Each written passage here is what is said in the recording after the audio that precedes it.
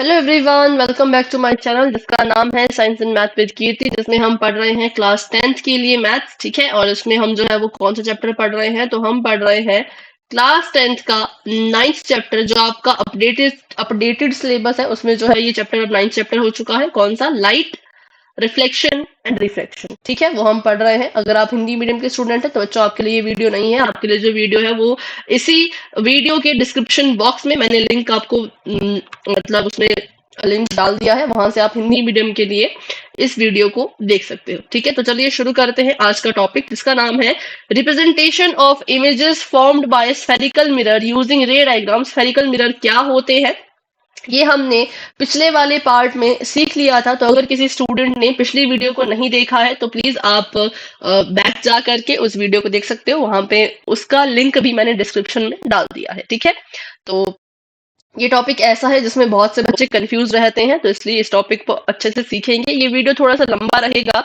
लेकिन इसमें हम कॉनकेव मिरर और कॉन्वेक्स मिरर दोनों का ही जो है वो रे डायग्राम सीखेंगे, उनके यूजेस सीखेंगे, उनकी प्रॉपर्टीज सीखेंगे। ठीक है, चलिए तो बढ़ते हैं आगे। तो ये होता है स्फेरिकल मिरर। इसको हम स्फेरिकल मिरर क्यों कहते हैं? क्योंकि इसका जो सरफेस होता है वो स्फेरिकल होता है, स्फीयर की तरह होता है। ठीक है, अगर हम बात करें प्लेन मिरर की, तो प्लेन मिरर आपका बिल्कुल ऐसा होता था, बिल्कुल सीधा, और उसका जो सरफेस होता था वो भी बिल्कुल प्लेन होता था। बट यहाँ पे जो आपको मिरर दिखेगा वो एकदम स्फीयर की तरह होगा, इसलिए उसको हम स्फेरिकल मिरर कहते हैं। स्फेरिकल मिरर में हमने दो तरह के मिरर पढ़े थे। पहला हमने पढ़ा था कॉनकेव मिरर, दूसरा हमने पढ़ा था कॉन्वेक्स मिरर।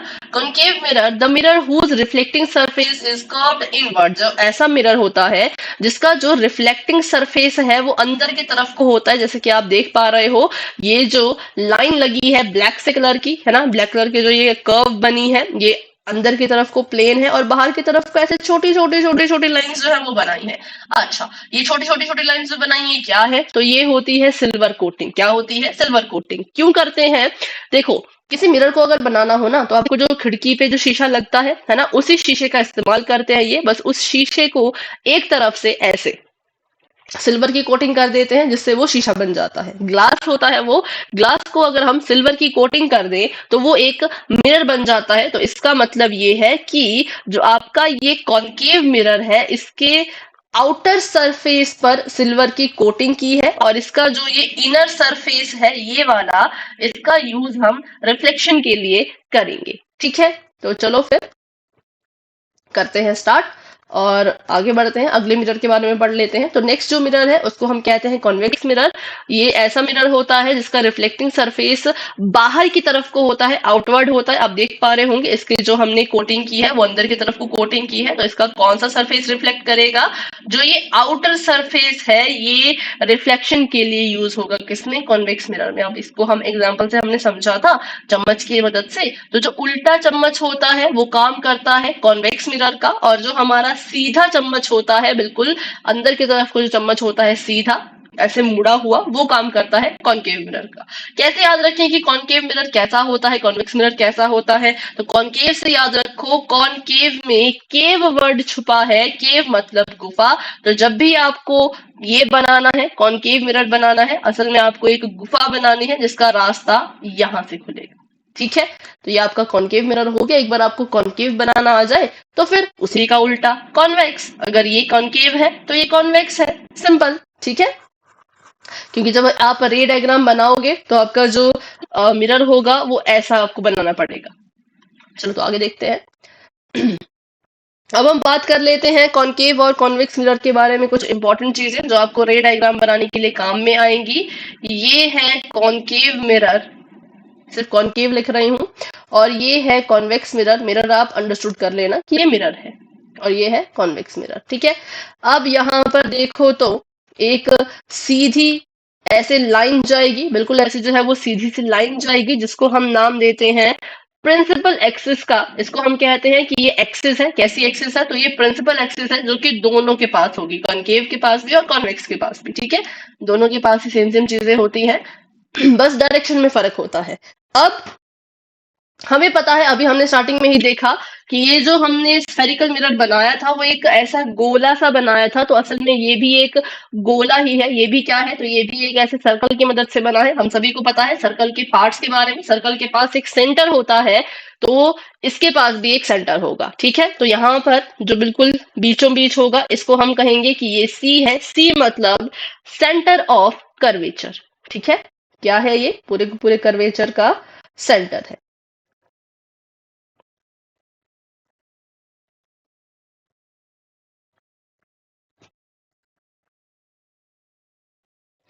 ठीक है, और उसके बाद जो आपका ये मिरर है और जो आपकी प्रिंसिपल एक्सिस है, ये दोनों जिस पॉइंट पे आके एक दूसरे को इंटरसेक्ट करते हैं, उस पॉइंट को हम कहते हैं पी। और पी का मतलब होता है पोल। पी मींस पोल। ठीक है, तो एक हमने पढ़ी अभी प्रिंसिपल एक्सिस। ये जो आपकी ब्लू कलर की लाइन है, इसको हम कहेंगे कि ये कैसी एक्सिस है, तो ये प्रिंसिपल एक्सिस है। और प्रिंसिपल एक्सिस के बाद हमने पढ़ा सी। सी मतलब सेंटर ऑफ कर्वेचर। ठीक है, और उसके बाद हमने पढ़ा पी। पी मतलब पोल। अब ये सेंटर है और ये आपके सर्कल की सरकमफ्रेंस है। सेंटर से, सर्कल के सेंटर से लेकर के सर्कल की सरकमफ्रेंस तक का जो डिस्टेंस होता है, वो आप सभी को मेरे ख्याल से पता होगा कितना होता है। उसे हम कैसे डिनोट करते हैं, तो सेंटर से लेकर के यहाँ तक का जो डिफरेंस है, उसको हम कहेंगे कि ये इस मिरर की रेडियस है। क्या है ये, तो इसको हम कहेंगे कि ये इसकी जो है वो रेडियस है, जिसको हम आर से भी रिप्रेजेंट कर सकते हैं। ये हो गया आर। अब सेंटर और पोल के बिल्कुल बीचों बीच एक और चीज होती है, एक और पॉइंट होता है, जिसको हम नाम देते हैं एफ का। तो ये जो सेंटर और पोल के बिल्कुल बीच में है, ये एफ है। एफ को हम कहते हैं फोकल लेंथ। ठीक है, एफ जो है वो क्या, सॉरी, ये फोकल लेंथ नहीं कहते, इसको कहते हैं हम फोकस। जो एफ है, कैपिटल एफ है, इसको हम कहते हैं focus. Capital F means focus. ठीक है, अब कैपिटल एफ से जो पोल तक की दूरी होगी, कैपिटल एफ से पोल तक का जो डिस्टेंस है, ठीक है, तो उसको मैं अभी ड्रॉ करती हूँ। कैपिटल एफ से पोल तक का जो डिस्टेंस है, यहां से लेकर के यहां तक जो डिस्टेंस है, इसको हम डिनोट करते हैं स्मॉल एफ से। ऐसे छोटा एफ, बिल्कुल छोटू सा एफ। ठीक है, और ये होता है फोकल लेंथ।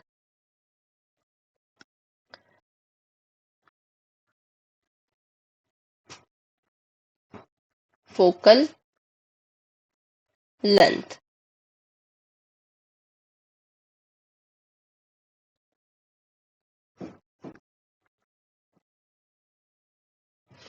और ये जो मैंने आपको बताया था, ये होता है फोकस। तो बस इतना ही है जो आपको पता होना चाहिए एक मिरर के बारे में। तो जैसा जैसा कॉनकेव में हुआ, ठीक वैसा वैसा कॉन्वेक्स में होगा, कि यहाँ पर जो पॉइंट होगा उसको हम कहेंगे कि ये P है, ये पोल है, क्योंकि यहाँ पर हमारा जो मिरर है और जो प्रिंसिपल एक्सिस है वो मिल रही है, तो ये हमारा हो गया पोल। ये जो बिल्कुल बीच में होगा, इसको हम कहेंगे कि ये सी है। सी मतलब सेंटर। पी और सी के बीच में एक और चीज होती है जिसको कहते हैं एफ। एफ मतलब की फोकस।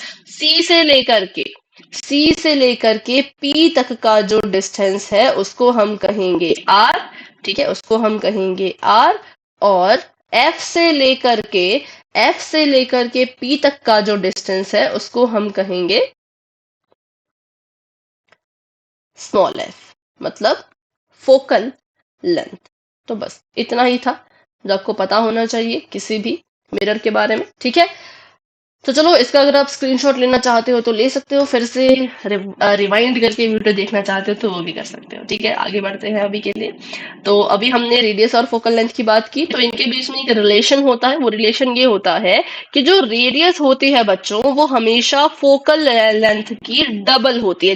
जैसा कि हम देख भी पा रहे हैं कि आर यहां से यहां तक है, लेकिन एफ तो सिर्फ यहां से यहां तक ही है।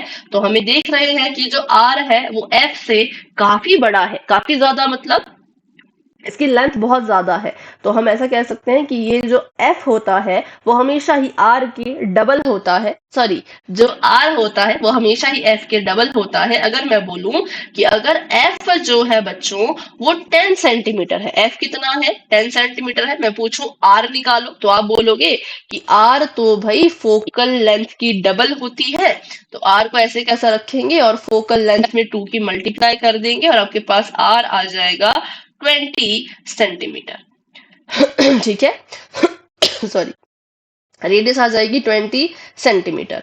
तो बस ये इनके बीच का रिलेशन है कि आर हमेशा डबल होता है किसके, फोकल लेंथ के। ठीक है, चलिए आगे बढ़ते हैं। R is equal to 2f, ये हमने लिख दिया रिलेशन। अब यहीं से अगर मैं फोकल लेंथ का फॉर्मूला निकालूं तो वो होगा कि f बराबर है R अपॉन में 2, क्योंकि देखो ना f को मैंने अकेला छोड़ा, 2 जो है वो f के साथ मल्टीप्लाई कर रहा था, इक्वल टू के उस तरफ जाएगा तो r के साथ क्या करेगा, डिवाइड कर देगा, तो r अपॉन 2 आ गया। तो ये होते हैं दोनों रिलेशन, तो इनको भी आप अच्छे से नोट डाउन कर लो, क्योंकि इस पे जो है वो एमसीक्यू में एक आध नंबर का क्वेश्चन आ ही जाता है, या तो फॉर्मूला पूछ लेंगे या तो फिर कोई न्यूमेरिकल पकड़ा देंगे जिसमें आपको आर या एफ निकालना होगा। ठीक है, तो इसको आप इंपॉर्टेंट नोट कर लेना। चलो आगे बढ़ते हैं। फिर से वही चीज, representation of images formed by spherical mirror using रे डायग्राम। तो अभी थोड़ा सा और जान लेते हैं इनके बारे में, फिर हम रे डायग्राम बनाना शुरू करेंगे।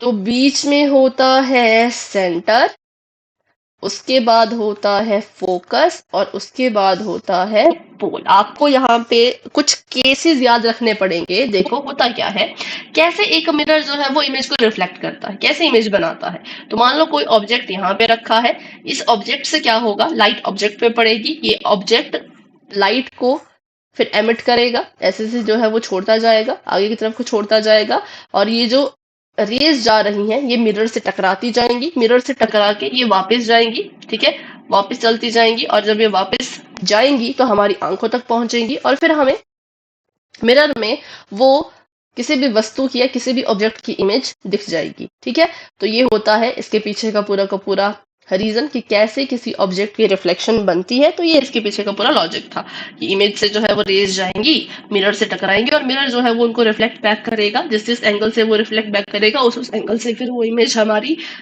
आंखों तक पहुंचेगी और हम उसको देख पाएंगे। तो चलो अभी सोचो कोई ऑब्जेक्ट था, उसने एक रे वहां से आई, वैसे तो बहुत सारी रेज आती हैं बट हम रे डायग्राम बनाने के लिए 2 ही रेज को कंसीडर करते हैं।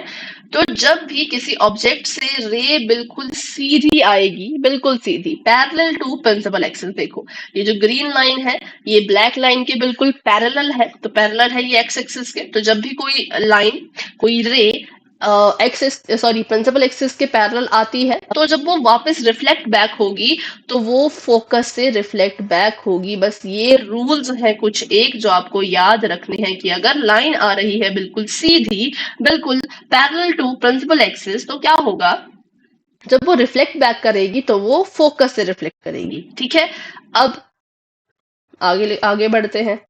ये हो गया बीच में सेंटर, ये हो गया उसके बाद फोकस, ये हो गया उसके बाद पोल। अब मान लो लाइन ही फोकस से आ रही हो। अभी तक हमने बोला कि जो लाइन थी वो पैरेलल आ रही थी, फोकस से वापस जाएगी। मान लो जो रे आई है वो आई ही फोकस से है, तो अब क्या होगा, तो अब जब वो फोकस से होके आई है तो जब वो वापस जाएगी तो वो पैरेलल जाएगी। कैसे जाएगी, बिल्कुल प्रिंसिपल एक्सिस के पैरेलल, ऐसे जो है ये रिफ्लेक्ट होके वापस जाएगी। तो असल में आपको ये इनकी याद रखना है कि कहाँ से आए तो कहाँ से वापस होती है। ठीक है, उसके बाद बात करते हैं नेक्स्ट केस। तो यहाँ पर ये है C, ये है F, ये है P। अगर कोई रे आ रही है, कहाँ से आ रही है, C से आ रही है, तो वो वापस भी C से जाएगी। मान लो ऐसी कोई रे है, C से ये आई, मिरर की तरफ को C से आई, मिरर की तरफ को कैसे आई, C से आई, तो जब ये वापस जाएगी, जब ये रिफ्लेक्ट बैक होगी तो भी ये जो रास्ता लेगी वो C वाला रास्ता ही लेते हुए वापस जो है वो जाएगी। ठीक है, C से आएगी, C से ही वापस जाएगी, सिंपल। अब अगला केस कर लेते हैं। तो नेक्स्ट केस हमारे सामने ये है, दोबारा से यहाँ हो गया सेंटर, यहाँ हो गया फोकस और यहाँ हो गया पोल, ठीक है। अब बात कर लेते हैं, कोई रे अगर आ रही है पोल को, जैसे कि पोल पोल से होते हुए आ रही है, तो ये ऑब्जेक्ट से रे आई पोल की तरफ को, तो जिस एंगल पे ये रे आई है उसी सेम एंगल पे ये पी से ही वापस रिफ्लेक्ट हो जाएगी, ठीक है।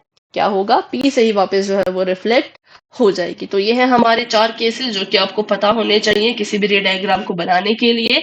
अगर ray parallel to principal axis आ रही है तो फोकस से वापस जाती है, फोकस से वापस जाती है।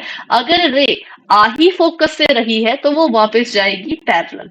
अगर कोई रे सी से आती है तो सी से ही वापस चली जाती है, और अगर कोई जो है वो प्रिंसिपल एक्सिस पे रे आ रही है, जिस एंगल पे वो प्रिंसिपल एक्सिस पे पड़ रही है उसी एंगल से वो दूसरी तरफ से बाहर को निकल जाएगी, ठीक है।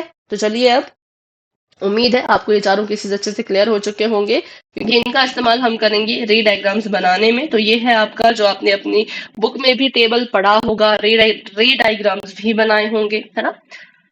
तो 6 केसेस होते हैं, अलग अलग जगह पे ऑब्जेक्ट को रखते हैं और फिर स्टडी करते हैं कि जो इमेज है वो नंबर 1 कहाँ बन रही है, नंबर 2 उसका साइज कैसा है, नंबर 3 उसका नेचर कैसा है। ये 3 चीजें हमने डिस्कस करनी होती है। तो आपको ये ऐसा नहीं कि ये टेबल ही आपको पूरा का पूरा सारी के सारे रे डायग्राम आपको क्वेश्चन पेपर में बनाने के लिए आएंगे। क्या होता है, कोई एक एमसीक्यू बना होता है जो यहाँ से बना होता है, जैसे कि आपको बोला जाए कि if the nature of image is real and inverted, if its size is very very small, and if it is position between F and C, then ये बताओ कि आपकी जो इमेज थी वो कहाँ पर, सॉरी आपका जो ऑब्जेक्ट था वो कहाँ पर था। अगर इमेज बिटवीन एफ एंड सी बन रही है, अगर उसका साइज डिमिनिश्ड है, अगर वो रियल और इन्वर्टेड है, तो ये बताइए कि इमेज सॉरी ऑब्जेक्ट रखा कहाँ है, ठीक है। ये आपका क्वेश्चन जो है वो बन सकता है, ऐसे ऐसे क्वेश्चन बन सकते हैं। तो इसलिए आपको हर एक केस को अच्छे से स्टडी करना है, अच्छे से पढ़ना है। तो चलिए फिर बिना किसी देरी के स्टार्ट करते हैं। पहले तो भाई कॉनकेव मिरर को एक बार दोबारा से देख लेते हैं कि कॉनकेव मिरर का अगर रे डायग्राम बनेगा तो रियलिटी में जब हमने इसको देखा था एक्सपेरिमेंट करके एग्जांपल, तो जब हमने अपना चम्मच सामने रखा तो कॉनकेव मिरर ने हमेशा ही उल्टी इमेज बना के दी। उल्टा को हम कहेंगे इन्वर्टेड। क्या कहेंगे, इन्वर्टेड। तो कॉनकेव मिरर हमेशा ही जो इमेज बनाता है वो ऑलवेज इन्वर्टेड होती है, उल्टी होती है, ठीक है। चलो अब करते हैं केसेस। नंबर 1, जब आपका ऑब्जेक्ट इन्फिनिटी पे हो, इन्फिनिटी होता है बहुत दूर, बहुत ज्यादा दूर, सबको पता है इन्फिनिटी क्या होता है, बहुत ही ज्यादा दूर होता है। तो जब हमारा ऑब्जेक्ट भी ऐसे बहुत ज्यादा दूर है तो क्या होगा, मैंने आपको बताया था। वैसे तो हमारी जो ये इमेज होती है ये बहुत सारी रेज को वो छोड़ती है, एमिट करती है, लेकिन हम रे डायग्राम बनाने के लिए सिर्फ 2 ही रेज से स्टडी करेंगे।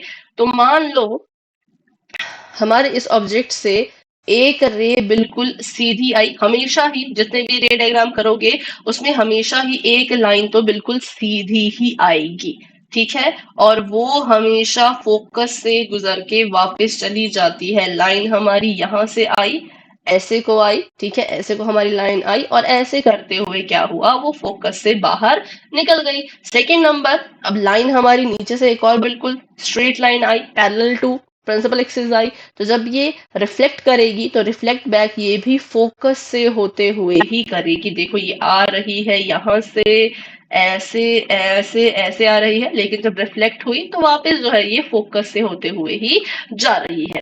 तो आपने बस ये देखना है कि अभी जो ये 2 रेज आई और जब ये रिफ्लेक्ट बैक हुई तो रिफ्लेक्शन के बाद ये किस पॉइंट पे मीट अप कर रही है, तो एफ पर फोकस पे ये दोनों रेज आगे मिली, तो हम कहेंगे हमारी जो इमेज बनेगी वो फोकस पे बनेगी। किस पे बनेगी, फोकस पर, ठीक है। चलो देखते हैं। तो ऑब्जेक्ट कहाँ था, जब ऑब्जेक्ट इंफिनिटी पर था तो इमेज कहाँ बनी, इमेज जो है वो फोकस पे बनी, जो कि आप यहाँ पे देख भी पा रहे हो, इस पॉइंट पे बनी। और इसका नेचर कैसा होगा, तो the image is real and inverted. अच्छा, अब ये रियल क्या होता है, कैसे पता लगाएं भाई कब इमेज रियल है कब इमेज रियल नहीं है। तो जिस तरफ को आपका रिफ्लेक्टिंग सरफेस होता है, जिस साइड रिफ्लेक्टिंग सरफेस होता है, जैसे कि अंदर की तरफ को हमारा रिफ्लेक्टिंग सरफेस है ना, देखो यहाँ से तो सिल्वर की कोटिंग है, अब पीछे से कोई लाइट आएगी उसको तो रिफ्लेक्ट करेगा नहीं, तो रिफ्लेक्टिंग सरफेस कौन सा है, आगे वाला। तो अगर उसी तरफ को इमेज बन जाए तो हम कहते हैं कि इमेज जो बनी वो रियल बनी। अगर मिरर के आगे आगे मतलब इधर इधर को जहां पे रिफ्लेक्टिंग सरफेस है उसी तरफ को अगर इमेज बन जाए तो हम कहेंगे वो रियल है। लेकिन मान लो ऑब्जेक्ट आपने यहाँ रखा है, इमेज आपकी मान लो मिरर के पीछे बन रही है, रिफ्लेक्टिंग सरफेस इस तरफ है लेकिन इमेज आपकी पीछे बन रही है, तो फिर इसको हम रियल नहीं कहते। ठीक है, तब हम कहेंगे कि this one is not real, ये रियल नहीं है। अब नॉट रियल के लिए भी एक अलग सा वर्ड दिया है जिसको हम तभी स्टडी करेंगे जब ऐसा कोई केस आएगा। तो अभी के लिए बस इतना सीखो, जिस तरफ को रिफ्लेक्टिंग सरफेस है उसी तरफ को अगर इमेज बने तो इमेज रियल है। इन्वर्टेड का मतलब बताया था मैंने आपको उल्टा। ठीक है, और साइज की बात करें तो हाईली डिमिनिश्ड होगा। डिमिनिश्ड मतलब कि छोटा, इतना छोटा मतलब पॉइंट शेप का या पॉइंट साइज का, इतना सा। क्योंकि देखो ना, ये दोनों रेज यहाँ पे मिली, अब यहाँ पे मिली तो यहाँ पे एक पॉइंट बना, तो इमेज भी इतनी सी बनेगी, पॉइंट के बराबर बनेगी। और कैसी होगी? तो हाईली डिमिनिश्ड मतलब कि बहुत ही हद से भी ज्यादा छोटी, ऐसा बोल सकते हो। ठीक है, चलिए आगे बढ़ते हैं। ऑब्जेक्ट बिटवीन इन्फिनिटी एंड सी। अब देखो, पहले ऑब्जेक्ट था इन्फिनिटी पर, अब क्या हुआ? अब हमने ऑब्जेक्ट को थोड़ा सा पास लाया। अब जो ऑब्जेक्ट है वो इन्फिनिटी और सी के बीच में है। ठीक है, तो अब क्या होगा? अब जो यहां से रे जाएगी वो जाएगी बिल्कुल सीधी। मैंने आपको बताया एक रे तो हमेशा सीधी जाएगी। ठीक है, सीधी जाएगी, सीधी गई तो भाई ये तो फोकस से वापस आ जाएगी। ठीक है, ये क्या हुआ? सीधी गई, फोकस से वापस आ गई, parallel to X axis, sorry X axis बोल रही हूँ मैं, प्रिंसिपल एक्सिस गई और फोकस से होती हुई वापस आ गई। और सेकंड रे जो होगी वो जो जाएगी तो वो फोकस से होती हुई जाएगी। कहाँ से जाएगी? फोकस से। ठीक है, अब ये अगर फोकस से जा रही है तो बताओ, जब रिफ्लेक्ट होगी तो इसकी डायरेक्शन क्या होगी? कैसे को रिफ्लेक्ट होगी? तो अगर कोई लाइन फोकस से होके गुजरती है तो वो रिफ्लेक्ट बैक होती है ऐसे, बिल्कुल पैरेलल टू प्रिंसिपल एक्सिस। ठीक है, बिल्कुल पैरेलल टू प्रिंसिपल एक्सिस। अब देखो, आफ्टर रिफ्लेक्शन ये जो रेज हैं ये कहाँ पे आके मिल रहे हैं? बिफोर रिफ्लेक्शन नहीं देखना है। देखो, बिफोर रिफ्लेक्शन बोलूं तो भाई ये तो हमारे फोकस पे आके मिल रही थी, लेकिन हमें देखना है कि रिफ्लेक्शन होने के बाद दोनों कहाँ मिल रही हैं। तो यहाँ पे मिल रही थी, इस पॉइंट पे मिल रही थी, तो इसी पॉइंट पे हमारी जो इमेज है वो भी बनेगी। कैसी बनेगी? तो प्रिंसिपल एक्सिस पे इसका हमेशा पैर रहता है। ठीक है, फुट रहता है, इमेज का फुट यहाँ पे रहता है, और जो हेड होता है वो वहां पे बनता है जहां पे ये दोनों रेज आपस में इंटरसेक्ट करती हैं। इस पॉइंट पे इंटरसेक्ट किया तो मैंने देखो इमेज का जो हेड है वो यहाँ बनाया और फुट जो है वो एक्सिस पे बनाया। तो आपने भी ऐसे ही बनाना है। ठीक है,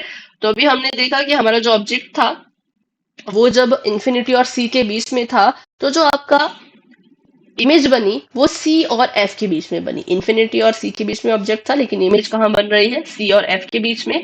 और कैसी है? तो ये भी रियल है और इन्वर्टेड है। रियल क्यों? क्योंकि देखो रिफ्लेक्टिंग सरफेस इनवर्ड है, इमेज भी अंदर की तरफ कोई बन रही है। इन्वर्टेड क्यों? क्योंकि उल्टी है। इसका सिर ऊपर था, पैर नीचे थे, इसका पैर ऊपर है, सिर नीचे है, तो उल्टी है, इसलिए इन्वर्टेड है। और साइज की बात करें तो थोड़ा सा स्मॉल साइज है, इसको हम कहेंगे सिर्फ डिमिनिश्ड, ज्यादा नहीं कहेंगे क्योंकि थोड़ा सा ही फर्क है। देखो, हमारा ऑब्जेक्ट इतना बड़ा था लेकिन ये इतनी छोटी सी बन गई, तो हम कहेंगे साइज है इसका डिमिनिश्ड। इमेज कैसी है? रियल और इन्वर्टेड। और कहाँ बन रही है? तो centre of curvature and principal focus के बीच में। तो ये है आपकी मेन आंसर स्लाइड, जिसका आप स्क्रीनशॉट भी ले सकते हो। बस यहाँ पे ध्यान रखना, रेडियस नहीं होगा, सेंटर होगा, सेंटर ऑफ कर्वेचर मतलब सी और एफ के बीच में। चलिए आगे बढ़ते हैं। अब बात करते हैं, अगर ऑब्जेक्ट सी पर ही आ जाए तो क्या करें? अब इसको बनाना थोड़ा सा मुश्किल होता है। क्यों? क्योंकि आंसर तो मुझे इसका पता है कि अगर कभी भी सी पे ऑब्जेक्ट आता है तो वो बनता भी सी पे है। ठीक है, पर इसको बनाने में थोड़ी बहुत दिक्कत कभी कभी आ जाती है, लाइंस अच्छे से इंटरसेक्ट नहीं करती। तो ये पहली लाइन तो भाई जाएगी बिल्कुल सीधी, क्योंकि हमने सीखा कि एक लाइन तो बिल्कुल स्ट्रेट ही जाती है। सेकंड, अगर वो सीधी गई है तो वो फोकस से होती हुई वापस आ जाएगी।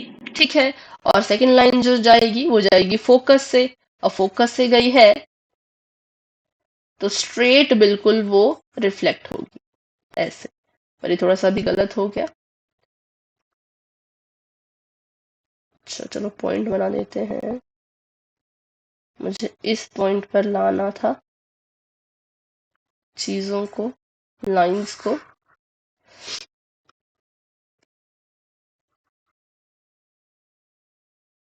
आप भी ऐसे करना थोड़ा सा मेरी तरह जैसे मैं कर रही हूँ। पहले सी पे छोटा सा पॉइंट बना लेना, ठीक है। और अब जाएगी ये फोकस से, तो ये रिफ्लेक्ट बैक होगी ऐसे।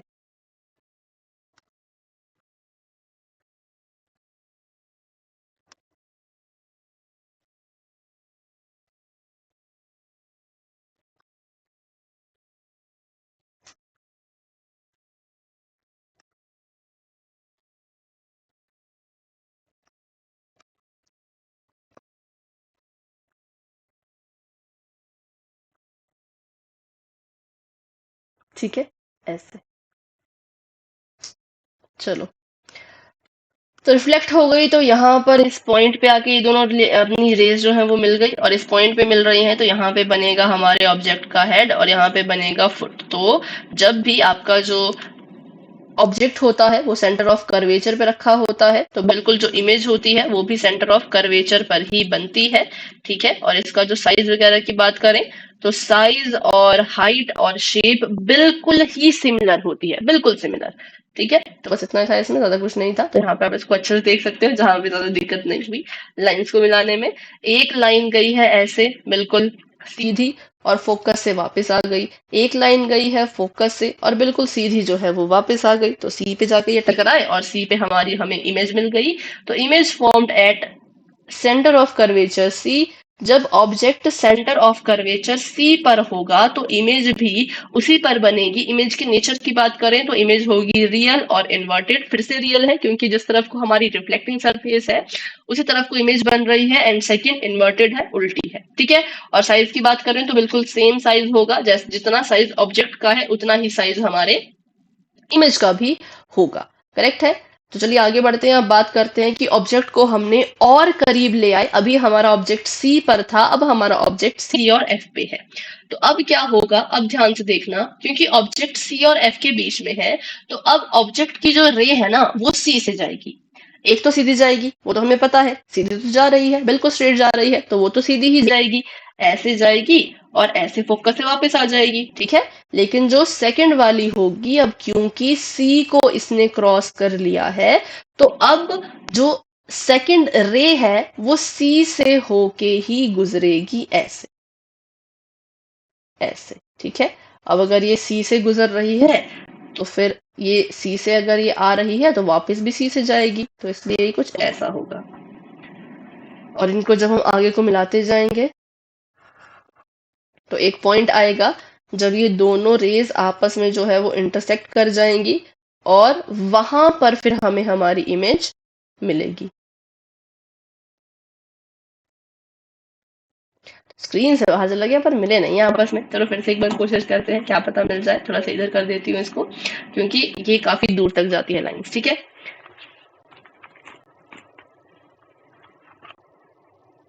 सीधी गई, सॉरी,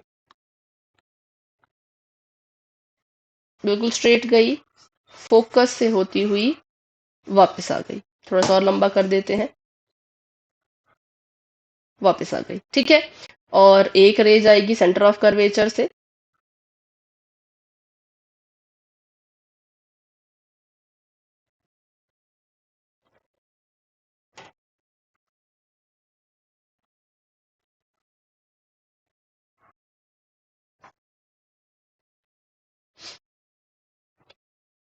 चलो अब यहाँ पे मीट हो गई है ये।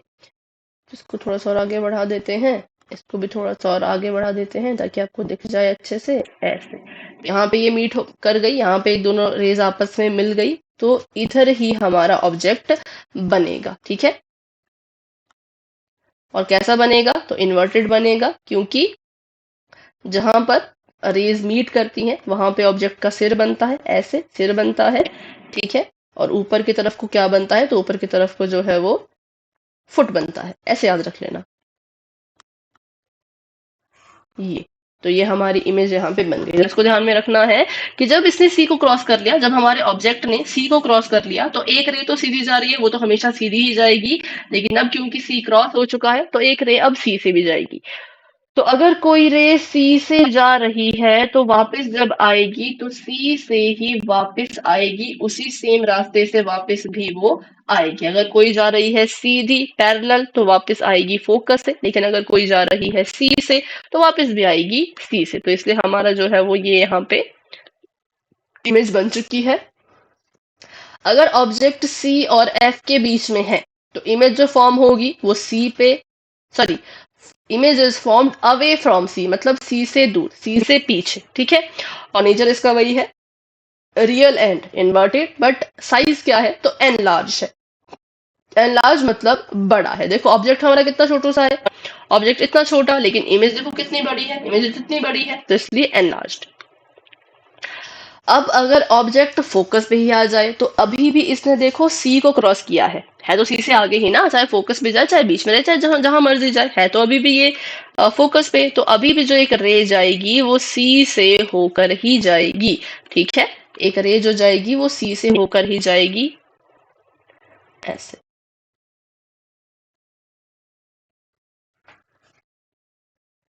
और दूसरी का तो हमें पता ही है, बिल्कुल straight, parallel to principal axis and go away from focus.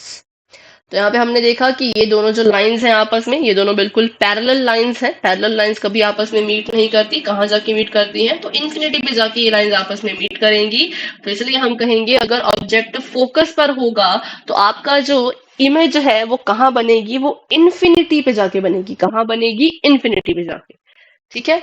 चलो तो इसको आगे बढ़ते हैं। तो ये था हमारा कि अगर आपका ऑब्जेक्ट फोकस पर है तो इमेज बनेगी एट इन्फिनिटी। नेचर की बात करो तो फिर से रियल और इन्वर्टेड। और अगर हम साइज की बात करें तो हाईली एनलार्ज, मतलब कि बहुत बड़ी होगी, बहुत ज्यादा बड़ी, क्योंकि वो इन्फिनिटी पे जाके बन रही है तो वो बहुत बड़ी होगी।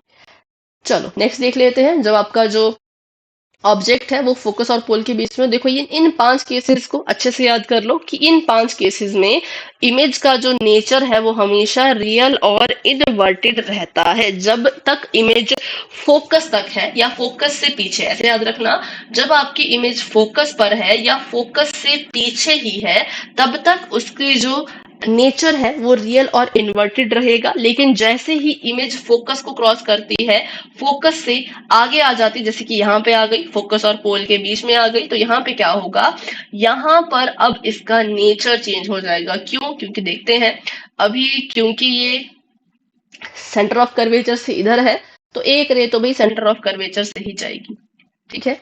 एक रे कहाँ से जाएगी तो सेंटर ऑफ कर्वेचर से होती हुई ही जाएगी, ऐसे। और एक रे कहाँ से जाएगी अब, क्योंकि फोकस और पोल के बीच में है ना, तो पोल से, ठीक है। कहाँ से जाएगी, पोल से। तो ऐसे गई, ऐसे हमारी रे जो है वो पोल से गई और पोल से ही वापस भी आ गई।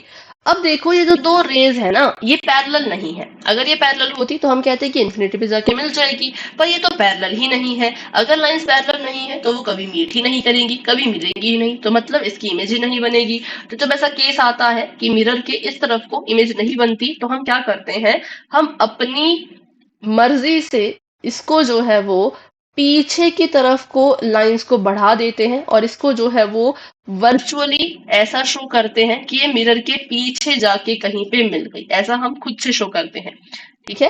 क्योंकि मिरर के आगे तो मिल नहीं रही, तो मिरर के पीछे अगर हम इन लाइंस को ऐसे ऐसे करके बढ़ा दें तो वहां पर ये जरूर मीट करेंगी। देखो यहाँ पर क्या हो गया, मीट करेंगी, तो इसलिए इन्होंने ये लाइंस आपस में मिल गई, इंटरसेक्ट कर ली, तो यहाँ पे एक पॉइंट आ गया। और जहां पे भी या रेज आपस में मिलती है वहां पे हमारी इमेज बनती है। पॉइंट जहां होता है वहां पे बनता है इमेज का हेड, तो हेड बन गया, और नीचे बनती है इमेज की टेल या फिर फुट, ठीक है। तो अब देखो ऑब्जेक्ट भी सीधा है, इमेज भी सीधी है ना, लेकिन ये इमेज रियल नहीं है। क्यों रियल नहीं है, क्योंकि मैंने क्या कहा था, अगर रिफ्लेक्टिंग सरफेस जिस तरफ को है उसी तरफ को इमेज बने तो वो रियल होती है, बट रिफ्लेक्टिंग सरफेस इस तरफ को है, इमेज हमारी इस तरफ को बन रही है, तो इसको हम रियल नहीं कह सकते। इसको हम कहेंगे कि ये वर्चुअल इमेज है। कैसी इमेज है, वर्चुअल, क्योंकि हमने इसको वर्चुअली मिलाया है। असल में ये मिरर के इस तरफ नहीं मिल रही थी, बट हमने प्रिटेंड किया है कि मिरर के पीछे जाके ये कहीं मिल जाएगी, तो इमेज कैसी हो गई, वर्चुअल। अच्छा और कैसी है ये, सीधी है, बिल्कुल सीधी है, इन्वर्टेड नहीं है, उल्टी नहीं है, ठीक है। तो इसका नेचर चेंज हो जाएगा। और साइज की बात करें तो साइज वगैरह तो वैसे ही रहता है, उसका कुछ फर्क नहीं पड़ता, बट नेचर चेंज होता है। मोस्ट इंपॉर्टेंट चीज ये है कि कनकेव मिरर में सिर्फ इकलौता ऐसा केस है जहां पे इमेज वर्चुअल होती है। 6 केसेस में से ओनली 1 केस ऐसा है जब आपकी जो नेचर है डायरेक्ट डायरेक्ट नहीं, सॉरी, इरेक्ट होगा, आई थिंक इरेक्ट होता है सीधा, डायरेक्ट नहीं, इरेक्ट। इरेक्ट एंड वर्चुअल, ठीक है, इरेक्ट एंड वर्चुअल।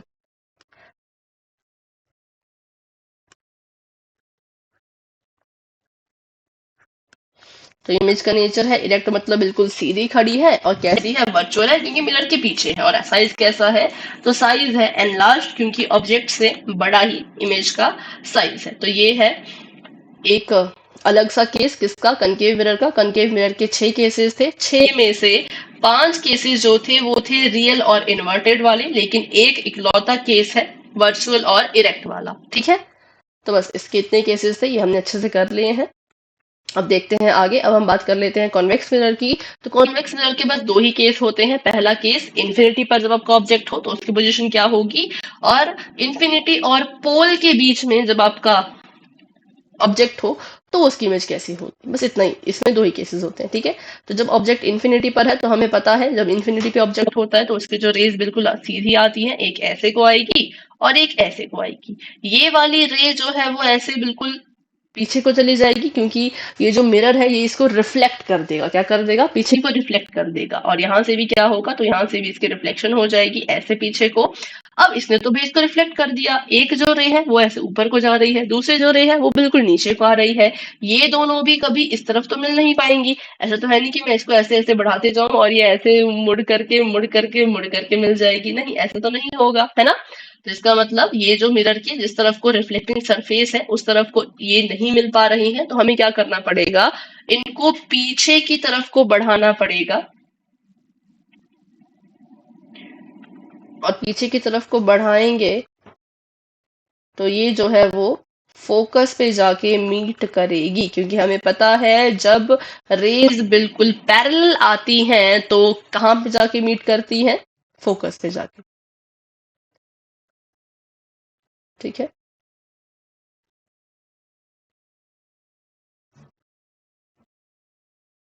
ऐसे, तो फोकस पे जाके इन्होंने मीट किया तो मतलब जो इसकी इमेज बनेगी वो फोकस पे बनेगी। कैसी होगी वो? बिल्कुल छोटी सी, एकदम पॉइंट के बराबर, ठीक है, बिल्कुल पॉइंट के बराबर। तो बस ये है इसका नेचर कि जब ऑब्जेक्ट इन्फिनिटी पे होता है कॉन्वेक्स मिरर के, तो जो आपकी इमेज बनती है वो बनती है बिहाइंड द मिरर, मिरर के पीछे। कहाँ बनती है? Behind the mirror. और कैसी होती है? तो वर्चुअल होती है और इरेक्ट होती है। इरेक्ट मतलब कि बिल्कुल सीधी खड़ी रहेगी, वर्चुअल मतलब जहां पे रिफ्लेक्टिंग सरफेस नहीं है उसके उल्टे पे बन रही है। देखो, ये रिफ्लेक्टिंग सरफेस यहाँ था, अगर इमेज यहाँ बनती तो रियल होती, बट ये पीछे बन रही है तो ये वर्चुअल है, ठीक है। और कैसा इसका साइज और शेप होगा? तो बिल्कुल छोटी सी पॉइंट साइज की। तो आगे बढ़ते हैं, ठीक है। तो अब यहाँ पे जब इन्फिनिटी और पोल के बीच में, देखो यहाँ पे इन्फिनिटी, यहाँ पे पोल है, इन दोनों के बीच में जो हमारा ऑब्जेक्ट खड़ा है तो एक लाइन तो बिल्कुल सीधी जाएगी, ऐसे सीधी गई। अब सीधी लाइन को तो भाई ये क्या करता है, ये बिल्कुल ही इग्नोर करता है, ये बिल्कुल इसको रिफ्लेक्ट बैक कर देता है। तो यहाँ से गई तो इसने इसको रिफ्लेक्ट बैक कर दिया। और जो दूसरी रे जाएगी वो जाएगी आपकी सी से होती हुई, सेंटर ऑफ कर्वेचर से होती हुई, ऐसे ऐसे, ठीक है। और जो दूसरी रे जाएगी, क्योंकि ये बिल्कुल पैरेलल गई थी, तो ये कहाँ से जाएगी? ये फोकस से होती हुई जो है वो जाएगी। जी, थोड़ा सा रुको।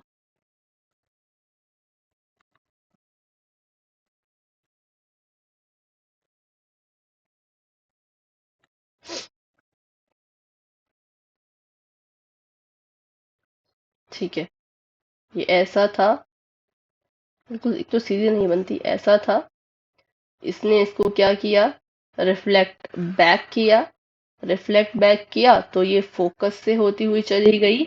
और एक रे है जो कहाँ से जाएगी? सेंटर ऑफ कर्वेचर से तो यहाँ से ये सेंटर ऑफ कर्वेचर से होती हुई चली गई। तो हमारे जो ये चीजें थी, हमारे जो ये रेस थी, वो यहाँ पर आके मिली, यहाँ पे आके मिली, तो मतलब हमारा जो ऑब्जेक्ट है वो भी यहाँ बनेगा और ऐसा बनेगा।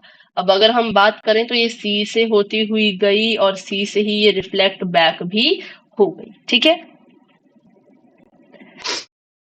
तो ये हमारा आंसर आ गया कि जब इन्फिनिटी और पी के बीच में ऑब्जेक्ट होता है तो एक तो सीधी लाइन जाती है, वो वापस रिफ्लेक्ट हो जाती है, और इसको हम वर्चुअली पीछे की तरफ को बढ़ाते हैं, और एक लाइन जो सी से होती हुई जाती है उसको भी हम जो है वो ऐसे वर्चुअली बढ़ाते हैं। तो ये फोकस से पहले पहले ही प्रिंसिपल और फोकस के बीच में जो है ये आपस में कहीं मिल जाती है। तो हमारी जो इमेज बनेगी वो बिहाइंड द मिरर बनेगी, और कहाँ बनेगी, तो पोल और फोकस के बीच में। ठीक है, इसका नेचर कैसा है, तो ये है बिल्कुल सीधी, बिल्कुल इरेक्ट खड़ी है, बिल्कुल सीधी खड़ी है, और वर्चुअल है, और इसका साइज देखिए तो बहुत छोटा सा है। ऑब्जेक्ट हमारा इतना बड़ा लेकिन इमेज हमारी इतनी छोटी सी। चलिए आगे बढ़ते हैं, अब बात करते हैं प्रॉपर्टीज ऑफ स्फेरिकल मिरर के बारे में। तो क्या होती है कॉन्केव मिरर की प्रॉपर्टी? कॉन्केव मिरर हमेशा क्या करता है, जो रेज इसकी तरफ आती हैं उसको ये, उन रेज को ये इकट्ठा करता है। इकट्ठा करता है किस पर? एक पॉइंट पर, जैसे कि फोकस पर। यहाँ देखो ये जो दो रेज आई हैं इसको जो है वो कॉन्केव मिरर क्या करेगा, फोकस पे लाके इकट्ठा कर देगा ऐसे। फोकस पे लाके इकट्ठा कर देगा इस तरह से। ठीक है, तो इसका जो ये नेचर होता है सभी रेज को इकट्ठा करने का, मान लो यहाँ से कोई रे आएगी उसको भी ये फोकस पे इकट्ठा कर देगा, यहाँ से कोई रे जाएगी उसको भी ये फोकस पे इकट्ठा कर देगा। तो इसका ये नेचर है कि ये हर एक जितनी भी इसके ऊपर पैरेलल रेज जाती हैं उनको इकट्ठा कर देता है एक पॉइंट पर। तो इसलिए इसको जो हमने नाम दिया वो इसको हमने नाम दिया कन्वर्जिंग मिरर का, क्योंकि ये रेज को कन्वर्ज कर देता है एक पर्टिकुलर पॉइंट पर। ठीक है, तो इसको हमने नाम दिया कन्वर्जिंग मिरर का। आपको क्वेश्चन आ सकता है कि कॉनकेव मिरर का सेकंड नेम क्या है, तो कॉनकेव मिरर का सेकंड नेम है कन्वर्जिंग मिरर। और इसका एक एग्जांपल भी देख सकते हैं हम, रियल लाइफ एग्जांपल, कि यहाँ से सनलाइट आएगी बिल्कुल सीधी। ठीक है, यहाँ से जो है वो सूर्य की किरणें आई, सनलाइट आई ऐसे ऐसे, यहाँ से भी आई, मतलब यहाँ से भी आई ऐसे, देखो रेज आ रही हैं, सनलाइट आ रही है। अब सारी की सारी बिल्कुल पैरेलल आई हैं, तो क्या करेगा ये, सभी के सभी रेज को फोकस से जाने के लिए कहेगा कि फोकस से होते हुए जाओ, और इसका फोकस मान लीजिए यहाँ पर है। तो इस पॉइंट पे अगर हमें किसी कागज के टुकड़े को रखें तो वो कागज का टुकड़ा जो है वो जलना शुरू हो जाता है, क्योंकि जितनी भी सन के पास हीट है उस सभी हीट को और उस लाइट को ये एक ही जगह पे फोकस कर देगा, एक ही जगह पे कन्वर्ट कर देगा। तो फिर वो कागज जो है वो जलना शुरू हो जाएगा। तो आप इस एक्सपेरिमेंट को करके देखना, एक हमारा शायद कॉनकेव लेंस से भी ऐसा होता है और कॉनकेव मिरर से भी ऐसा होता है। ठीक है, अब वही बात करें हम कॉन्वेक्स मिरर की, तो कॉन्वेक्स मिरर की तरफ अगर हम कोई भी रे भेजते हैं, जैसे कि मैंने यहाँ से पैरेलल रे भेजी, तो ये इसको उल्टा वापस भेज देता है, इसको डाइवर्ज कर देता है। ठीक है, इसको क्या करता है, वापस भेज देता है, वापस रिफ्लेक्ट बैक कर देता है। तो इसीलिए हम कहेंगे इसका जो नेचर है वो रेज को डिस्ट्रैक्ट करना है, डाइवर्ज करना है। तो इससे इसका नाम हो गया डाइवर्जिंग मिरर। किसका नाम हो गया डाइवर्जिंग मिरर? कॉन्वेक्स मिरर का। ठीक है, तो बस ये आपको दो चीजें याद रखनी है। कभी कभी आपको कनकेव नहीं कहेंगे, कन्वर्जिंग कहेंगे, कभी कभी आपको कॉन्वेक्स नहीं कहेंगे, डाइवर्जिंग कहेंगे। तो आपको अगर इनका नेचर याद है तो आप इनको इनका नाम भी याद हो जाएगा। तो अब इनके यूजेस देख लेते हैं, कहाँ पे यूज होता है कॉन्केव और कॉन्वेक्स मिरर का। तो ये टॉर्च है, टॉर्च में आपको यहाँ पे देखो एक मिरर जैसा कुछ दिख रहा होगा, शीशे की तरह कुछ आपको यहाँ पे दिख रहा होगा, सिल्वर से कलर का, है ना। तो ये क्यों होता है? ये इसलिए होता है क्योंकि जब लाइट जाएगी, ठीक है, जब लाइट जाएगी तो वो रिफ्लेक्ट करेगी किस पर? फोकस पर, ऐसे। ठीक है, जो फोकस से लाइट जाएगी, देखो यहाँ से लाइट गई इधर, तो इसने इसको ऐसे फोकस पे लाया, इधर को लाइट गई तो भी फोकस पे ले आएगा, यहाँ को लाइट जाएगी तो भी रिफ्लेक्ट होके फोकस पे ले आएगा, यहाँ से लाइट जाएगी पैरेलल तो फिर से फोकस पे आ जाएगी, यहाँ से पैरेलल जाएगी तो दोबारा फोकस पे आ जाएगी, यहाँ से पैरेलल जाएगी तो दोबारा फोकस पे आ जाएगी।